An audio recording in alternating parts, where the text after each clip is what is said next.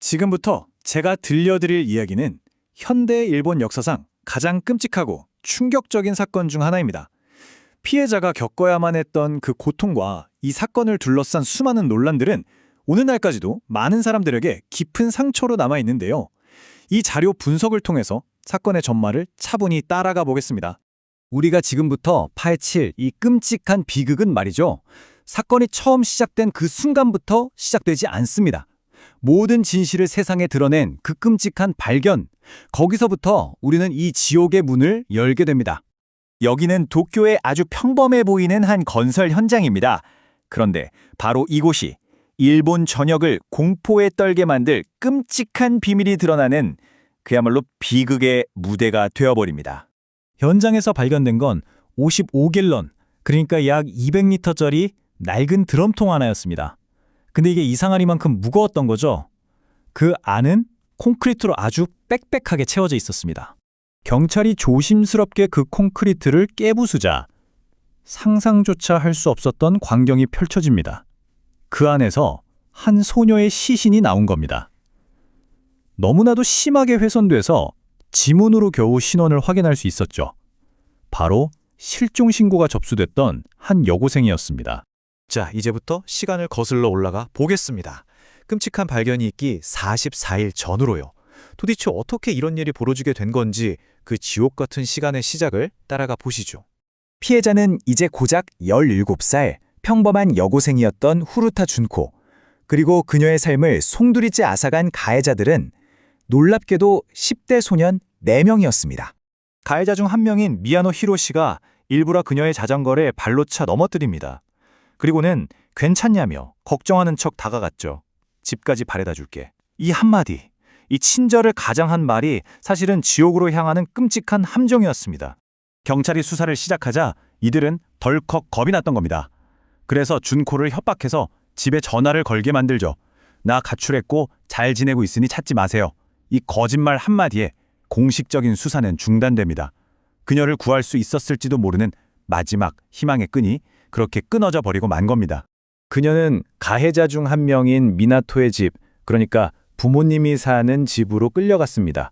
그리고 바로 그곳에서 정말 인간으로서는 상상조차 할 수 없는 44일간의 끔찍한 지옥이 펼쳐지기 시작합니다.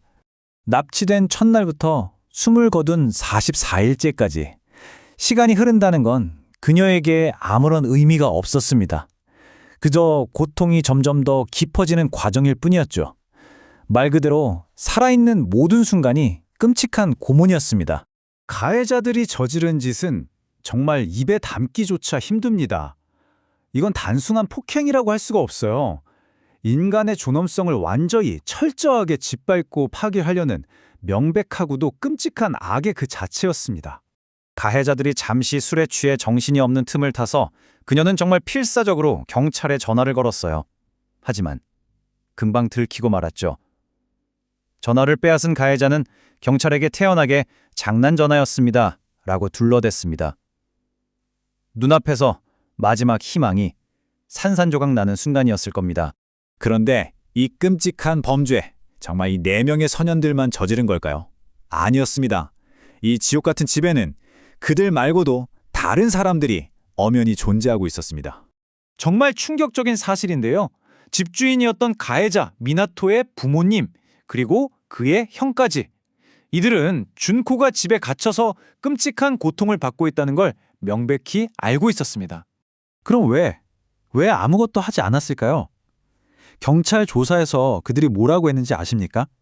아들이랑 그 친구들이 너무 무서워서, 그리고 걔들이 야쿠자랑 엮여 있다는 말에 겁이 나서 아무것도 할 수 없었다고 변명했습니다. 그들의 침묵은 사실상 이 범죄를 방관하고 동조한 거나 다름없었습니다. 자, 이제 이 끔찍한 이야기의 끝으로 가보겠습니다. 그리고 이 모든 비극에 대해 과연 법은 어떤 판결을 내렸는지 살펴보겠습니다. 44일간의 그 끔찍한 고통 끝에 찾아온 죽음의 이유가 정말 믿기지가 않습니다. 고작 마작 게임에서 졌다는 이유였어요. 그 분풀이의 대상이 된 그녀는 2시간에 걸친 무자비한 폭행 끝에 결국 쇼크로 숨을 거두고 말았습니다. 그런데 더 충격적인 건 법의 판단이었습니다. 그들에게 내려진 혐의는 살인이 아니었어요. 상해치사. 이게 무슨 말이냐면 죽일 생각은 없었는데 때리다 보니까 어쩌다 보니 죽게 됐다는 겁니다. 44일 동안 이어진 그 끔찍한 고문이 살해가 아니라는 판결에 당시 일본 사회 전체가 엄청난 충격과 분노에 휩싸였습니다. 주범인 미야노 히로시는 항소 끝에 겨우 징역 20년을 선고받았고 나머지 공범들은 10년도 채 안 되는 형을 받았습니다. 44일간의 지옥을 만들어낸 대가치고는 너무나도 가벼운 처벌이었죠. 수사 과정에서 더 비극적인 사실이 밝혀집니다. 부검 결과 그녀의 몸에서 태아의 흔적이 밝혀진 겁니다. 그녀는 혼자가 아니었습니다. 가해자들의 가족은요, 단 한순간도 죄책감을 보이지 않았습니다. 심지어 한 가해자의 어머니는 언론 앞에서 피해자인 준코가 자기 아들의 인생을 망쳤다면서 오히려 그녀를 비난하기까지 했습니다. 이런 솜방망이 처벌에 분노한 여론이 들끓자 일본의 한 주간지가 결국 이를 냅니다. 미성년자는 신상을 공개하지 않는다는 원칙을 깨고 가해자들의 실명과 얼굴을 전부 공개해버린 거죠. 그러면서 이렇게 말했습니다. 그들은 인간이 아니며 인권을 누릴 자격이 없다고요.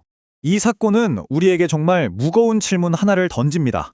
그 잡지의 주정은 법치주의의 근간을 흔드는 위험한 생각일까요?